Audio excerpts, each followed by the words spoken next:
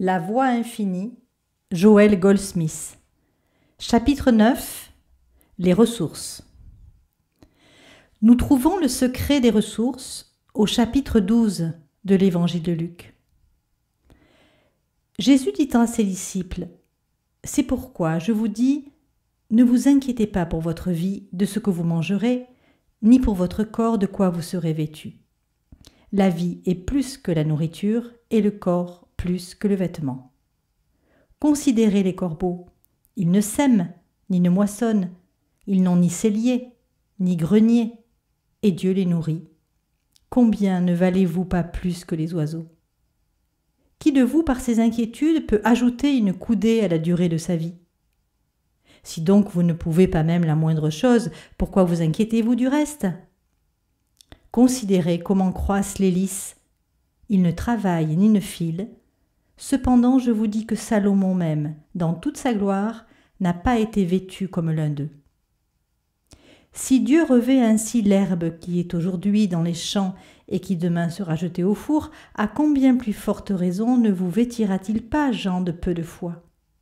Et vous, ne cherchez pas ce que vous mangerez et ce que vous boirez, et ne soyez pas inquiets, car toutes ces choses, ce sont les païens du monde qui les recherchent. Votre Père sait que vous en avez besoin. Cherchez plutôt le royaume de Dieu, et toutes ces choses vous seront données par-dessus. Ne crains point, petit troupeau, car votre Père a trouvé bon de vous donner le royaume. Évangile de Luc, chapitre 12, versets 22 à 32. La question se pose alors : comment est-il possible de ne pas s'inquiéter pour l'argent lorsqu'il faut faire face à des obligations pressantes ? Comment pouvons-nous faire confiance à Dieu quand, année après année, nous sommes confrontés à ces problèmes financiers alors qu'en général nous n'avons fait aucune erreur ? Ces passages de Luc nous disent clairement que la meilleure manière de résoudre nos difficultés est de ne pas nous inquiéter des ressources, qu'il s'agisse d'argent, de nourriture, de vêtements ou de n'importe quoi d'autre, pour la seule raison que votre Père a trouvé bon de vous donner le royaume parce qu'il sait que vous avez besoin de ces choses. Si nous voulons nous pénétrer de l'esprit de confiance de ce message biblique inspiré, nous devons comprendre que l'argent n'est pas la richesse, mais le résultat ou l'effet des ressources. De même, les vêtements, le foyer, les voitures ou la nourriture ne constituent pas les ressources, ils n'en sont que l'effet. Si ces ressources infinies n'étaient pas présentes en vous, il ne vous serait jamais donné de choses ajoutées telles que l'argent, la nourriture et les vêtements, toutes choses indispensables à ce stade de notre existence. Puisque l'argent n'est pas la richesse, qu'est-ce qu'il est ? Faisons une digression et regardons un oranger chargé de fruits. Nous savons que les oranges ne constituent pas les ressources car dès qu'elles ont été mangées, vendues ou données, une nouvelle récolte se met aussitôt à croître. Les oranges ont disparu, mais les ressources demeurent, parce qu'une loi est à l'œuvre dans cet arbre. Appelez-la une loi de Dieu ou une loi de la nature, le nom importe peu. Ce qui importe, c'est la reconnaissance de la présence d'une loi à l'œuvre dans, à travers ou en tant que l'arbre. Cette loi opère pour attirer, par les racines, les minéraux, les substances, les éléments de l'air, l'eau et le soleil qu'elle transforme en sève qui monte dans le tronc de l'arbre, est distribuée aux branches et finit par s'exprimer sous forme de fleurs. En temps voulu, cette loi transforme les fleurs en billes vertes qui, arrivées à maturité, deviennent des oranges. L'orange est le résultat ou l'effet de la loi agissant dans, à travers et en tant que l'oranger. Nous aurons des oranges aussi longtemps que cette loi sera présente. L'orange seule ne peut produire une autre orange. Ainsi comprenons-nous que la loi est les ressources et que les oranges sont les fruits, les résultats ou l'effet de la loi. De la même manière, une loi est à l'œuvre en vous et moi, une loi de vie, et notre prise de conscience de la présence de cette loi constitue nos ressources. L'argent et les choses nécessaires à la vie quotidienne sont les effets de la conscience que nous avons de l'activité de la loi intérieure. Cette compréhension nous permet de détourner notre pensée des choses du monde extérieur et de demeurer dans la conscience de la loi. Quelle est la loi qui pourvoit à nos besoins? C'est la conscience divine ou universelle, votre conscience individuelle. Ainsi, votre conscience devient-elle la loi de vos ressources, produisant sa propre image et ressemblance sous la forme des choses nécessaires à votre bien-être. Comme il n'y a aucune limitation à votre conscience, il n'y a aucune limite à votre prise de conscience de l'action de la loi, et par conséquent aucune limite à vos ressources sous toutes leurs formes. La conscience divine ou universelle, votre conscience individuelle est spirituelle. L'activité de cette loi en vous est également spirituelle, ce qui implique que vos ressources, sous toutes leurs formes, sont spirituelles, infinies et toujours présentes. Ce que nous voyons sous forme d'argent, de nourriture, de vêtements, de voitures, de maisons, représente nos concepts de ces idées. Nos concepts sont aussi infinis que notre esprit. De même que nous n'avons pas besoin de nous inquiéter pour les oranges, acceptons maintenant de voir qu'aussi longtemps que nous avons la source ou l'approvisionnement qui sans cesse produit des fruits, nous n'avons pas non plus besoin de nous inquiéter pour l'argent. Apprenons à penser à l'argent comme nous pensons aux feuilles des arbres ou aux oranges, c'est-à-dire comme à des résultats naturels et inévitables de la loi intérieure en action. Il n'y a vraiment aucune raison de nous inquiéter, même lorsque les arbres ont l'air stériles, tant que nous sommes conscients de la vérité que même à ce moment-là, la loi est à l'œuvre à l'intérieur pour produire des fruits selon leur propre espèce. Quel que soit l'état de nos finances à un moment donné, ne soyons pas inquiets, parce que nous savons maintenant que la loi agissant dans, à travers et en tant que notre conscience est à l'œuvre en nous, aussi bien lorsque nous dormons que lorsque nous sommes éveillés, afin de fournir toutes ces choses ajoutées. Apprenons à regarder les lys et à nous réjouir, car ils sont la preuve de l'amour de Dieu pour sa création. Regardons les moineaux et voyons avec quel optimisme ils font confiance à cette loi. Réjouissons-nous lorsque nous voyons les fleurs au printemps et en été, parce qu'elles témoignent de la présence divine. En apprenant à apprécier les beautés et les bontés de la nature, sans désir d'amasser l'une d'elles, ni crainte d'en voir diminuer l'abondance infinie, nous apprenons à jouir des fruits de nos ressources infinies, résultat de ce réservoir infini en nous, sans craindre que s'abatte sur nous une quelconque pénurie. Jouissez de ces choses du monde extérieur, mais ne les considérez pas comme des ressources. Notre prise de conscience de la présence et de l'activité de la loi constitue notre conscience des ressources, et les choses extérieures sont les formes sous lesquelles s'exprime notre conscience. Les ressources intérieures apparaissent sous la forme des choses extérieures qui nous sont nécessaires.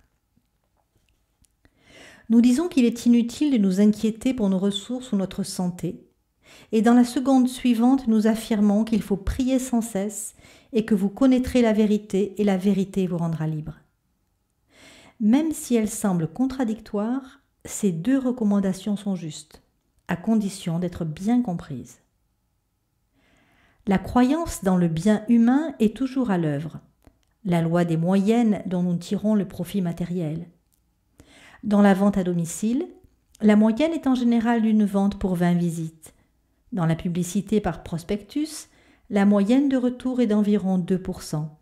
Dans la conduite automobile, on prétend qu'un certain pourcentage d'accidents est normal.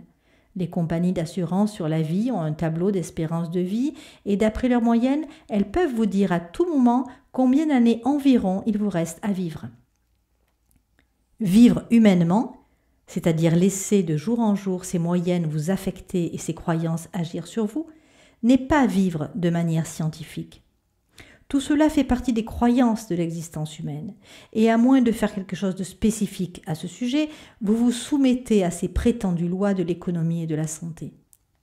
Ces suggestions, qui en fait ne sont que des croyances, sont tellement universelles qu'elles finissent par avoir une action hypnotique et agissent facilement sur ceux qui ne sont pas vigilants, entraînant des limitations. Que devons-nous faire pour ne pas être prisonniers de ces suggestions, de façon à vivre hors de leur atteinte? Il nous faut d'abord vivre à un niveau plus élevé de conscience. Autant que possible, nous devons nous entraîner à reconnaître que tout ce qui existe dans le domaine de l'effet ne constitue pas une cause et n'a aucun pouvoir sur nous. Cela soulève le point important de sagesse spirituelle que je suis la loi, je suis la vérité, je suis la vie éternelle. Puisque je suis conscience infinie et que je suis la loi, rien d'extérieur ne peut agir sur moi et être une loi pour moi. La seule chose dont nous puissions souffrir, c'est d'accepter l'illusion comme une réalité. Ce que nous appelons le péché et la maladie ne sont pas ce dont nous souffrons. Ce sont les formes que prend l'erreur unique. Peu importe le mot que nous utilisons, ces formes sont hypnotisme, suggestion, illusion, apparaissant en tant que personne, lieu ou chose, en tant que péché, maladie, pénurie, limitation. Nous ne devons pas vivre comme si nous étions un effet sur lequel quelque chose agit. N'oublions pas de vivre comme la loi, comme le principe de notre être.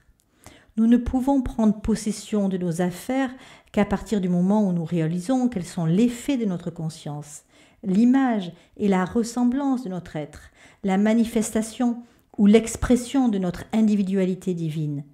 Alors seulement, nous pouvons être une loi sur ces choses. Dès le réveil, nous devons nous remémorer intérieurement notre identité véritable, en nous identifiant comme l'esprit, comme le principe, comme la loi de la vie agissant sur nos affaires. Il faut absolument nous rappeler que nous n'avons aucun besoin. Nous sommes conscience spirituelle, individuelle, infinie, embrassant en nous l'infinité du bien. Nous sommes par conséquent ce centre, ce point de conscience Dieu qui peut à tout moment nourrir 5000 personnes, non pas en utilisant notre compte en banque, mais en utilisant le bien infini qui se déverse à travers nous comme il s'est déversé à travers Jésus. Nous ne rencontrons pas les gens avec l'idée de ce que nous pouvons en obtenir ou de ce qu'ils peuvent faire pour nous, mais nous allons dans la vie en tant que présence de Dieu. Au cours de la journée, quoi que nous fassions, des travaux ménagers, conduire une voiture, vendre ou acheter, nous devons garder à l'esprit que nous sommes la loi de notre univers, c'est-à-dire une loi d'amour pour tous ceux qui nous est donné de côtoyer. Constamment, il faudrait avoir à l'esprit que tous ceux qui entrent dans l'orbite de notre pensée et de notre action doivent être bénis à notre contact, car nous sommes une loi d'amour, nous sommes la lumière du monde. Nous devons consciemment nous souvenir que nous n'avons besoin de rien, car nous sommes la loi des ressources en action. Nous pouvons nourrir 5000 de ceux qui ne connaissent pas encore leur identité. Il y a la croyance en une séparation entre nous et Dieu, notre bien, et nous corrigeons cela en réalisant que « moi et mon Père nous sommes un. Tout ce que le Père a est à moi. Le lieu où je me tiens est terre sainte. » En reconnaissant l'infinitude de notre être, nous réalisons la vérité de la Bible. Nous réalisons la vérité de ses promesses. Elles ne sont plus des citations, mais des déclarations de fait. Et cela nous amène au point de démarcation entre connaître la vérité et ne pas s'inquiéter. Nous réalisons à présent que la vérité est une vérité établie dans notre conscience, la vérité de notre être. Nous ne nous préoccupons pas de faire venir à nous un quelconque bien, nous ne nous donnons pas un traitement pour qu'il nous arrive quelque chose, mais nous réalisons la vérité en reconnaissant la vérité de notre propre identité, de notre unicité avec l'infini et avec nos capacités infinies. La raison pour laquelle il nous faut réaliser et connaître cette vérité, c'est qu'au long des âges, nous en sommes venus à être connus en tant qu'hommes, en tant que quelque chose de différent de l'être Dieu, et que si maintenant nous ne nous remémorons pas consciemment et quotidiennement la nature véritable de notre être, nous serons assujettis à la croyance générale que nous sommes quelque chose de séparé et distinct de Dieu. Nous croyons être séparés de certaines personnes qui font en réalité partie de notre plénitude. Nous croyons être séparés ou distinctes de certaines idées spirituelles nécessaires à notre accomplissement et qui peuvent apparaître sous la forme de personnes, de documents, de foyers, de compagnies ou d'occasions. Nous corrigeons cette croyance en réalisant que notre unicité avec Dieu constitue notre unicité avec chaque idée. Le téléphone en est une illustration. Grâce à lui, je peux atteindre n'importe quel autre abonné, n'importe où dans le monde, mais je ne puis atteindre mon voisin de palier sans passer par le central téléphonique. En établissant mon unicité avec le central, je suis un avec chaque abonné. En prenant conscience de notre unicité avec Dieu, principe infini, amour, nous trouvons et manifestons notre unicité avec toute idée nécessaire au déploiement de notre plénitude. N'oubliez jamais que vous ne pouvez vivre de façon scientifique en tant qu'homme ou idée, mais qu'il vous faut réaliser que vous êtes la vie, la vérité et l'amour. Vous devez accepter la révélation du « je suis » qu'a eu Jésus, jusqu'à ce qu'elle devienne une réalisation en vous. Cessez d'essayer d'appliquer la vérité. Tentez d'appliquer la vérité et l'action de la pensée humaine. La vérité est infinie, et vous ne pouvez donc l'appliquer à rien de particulier. C'est la réalité de l'être et il n'y a rien à l'intérieur ou à l'extérieur sur quoi la vérité puisse agir. La vérité agit et opère seule. Nous avons tous des activités qui semblent nous procurer nos ressources. Que ce soit une entreprise, une profession ou un art, il s'agit toujours d'une activité de la conscience. Ainsi considérée, notre activité est dirigée et soutenue avec intelligence et amour. C'est même plus que cela. En tant qu'émanation de la conscience, c'est la conscience elle-même apparaissant individuellement, exprimant son être, sa nature et son caractère. Portant toute l'autorité sur ses épaules, la conscience est seule responsable. Nous apprenons à lâcher prise et à laisser Dieu, la conscience, assumer ses responsabilités. Dans la Bible, au chapitre 18 du premier livre des rois, nous pouvons suivre les épreuves et les tribulations d'Élie. Nous devons bien comprendre que seule la conscience de la présence de l'Esprit, Dieu, en lui, pouvait accomplir ces grandes œuvres. Aucun pouvoir humain n'aurait pu les accomplir. Au chapitre 19, nous voyons le découragement s'insinuer dans ce qui apparaît comme l'échec du ministère d'Élie. En fait, ce fut pour le prophète l'occasion de prouver que le pouvoir n'était pas celui d'un être humain, mais en réalité le pouvoir Dieu apparaissant sous les traits d'un homme, Dieu apparaissant en tant qu'être individuel. La nourriture préparée pour Élie, sous le genévrier, symbolise sa prise de conscience de la présence de Dieu apparaissant sous forme tangible. Ce chapitre 19 du premier livre des rois nous conduit à ce grand message du verset 18. « Mais je me suis gardé 7000 personnes en Israël, dont les genoux n'ont pas plié devant Baal et dont la bouche ne l'a pas embrassé. » Notez ici que Dieu n'a pas sauvé 7000 personnes pour Élie, mais pour lui-même, pour Dieu apparaissant en tant qu'Élie. Quel que puisse être notre travail, que nous brassions des affaires, que nous exercions un métier ou un art, Dieu, la conscience de l'individu, a toujours gardé 7000, c'est-à-dire la plénitude, pour lui-même, et si nous apprenons à écouter la petite voix tranquille qui a parlé à Élie, nous aussi serons conduits là où se trouve notre travail, notre reconnaissance et notre rémunération. Nous existons en tant que conscience individuelle. C'est pourquoi tout ce qui est nécessaire à notre accomplissement est inclus dans la conscience infinie que nous sommes. Dieu s'exprime de manière individuelle en tant que vous, et votre talent est en réalité le talent de Dieu. Votre activité est en fait l'activité de la conscience, de la vie. Par conséquent, la responsabilité qui vous est donnée est celle de Dieu. Atteignez cette conscience de la présence de Dieu et vous connaîtrez le secret de la réussite dans tous les domaines de la vie.